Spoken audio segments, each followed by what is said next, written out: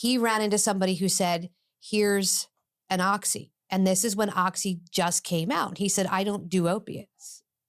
What do I want a downer for? And the guy said, just takes the edge off when you play, because he's an aggressive drummer. So he did one, and he said, well, this didn't do anything. And the guy said, you got to crush it. And he did. And he went, oh, different ballgame.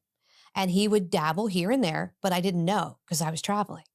And he wasn't nodding. He wasn't missing, anything. Everything was normal for about 2 years until they pulled it off the shelves. When the pill mills went under and it went from $3 a pill to $30 a pill, that's when he couldn't sustain because he was doing 10 pills a day. $30 habit to a $300 habit. Switched to heroin and had his first overdose in Brickell in Miami in our BMW. And I was 2 streets over and had no idea. Yep. What year is this? When he had the overdose? 2015 was the first one, I think. Can you walk us through what it was like experiencing your partner overdose right in front of you? Well, so the first one, I didn't know. I didn't even know until we wrote the book in 2018 he overdosed because he kept it from me. So this is how interesting it was. This is way before Narcan was a thing.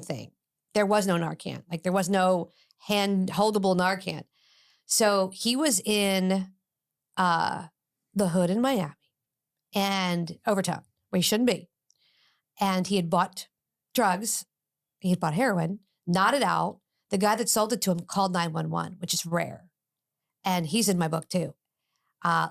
Jumping ahead, he ended up helping me train half of Liberty City in intervention and getting people sober. So it's a whole long drawn out story in the back end, but this is what prompted it. So he called 911 and saved his life. It took 3 shots of Narcan and they were doing intravenous Narcan back then. So I didn't know. I had no idea. I didn't know until the second overdose, which was the carjacking. He got carjacked in Miami in the BMW, got bumped from behind.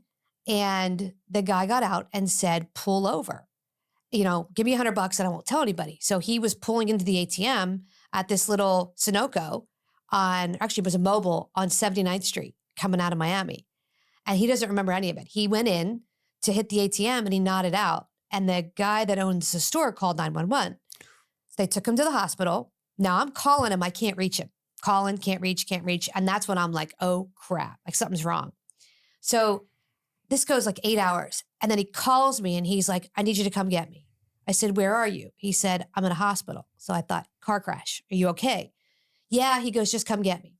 So I get there. He's got no shirt on, no shoes, no keys,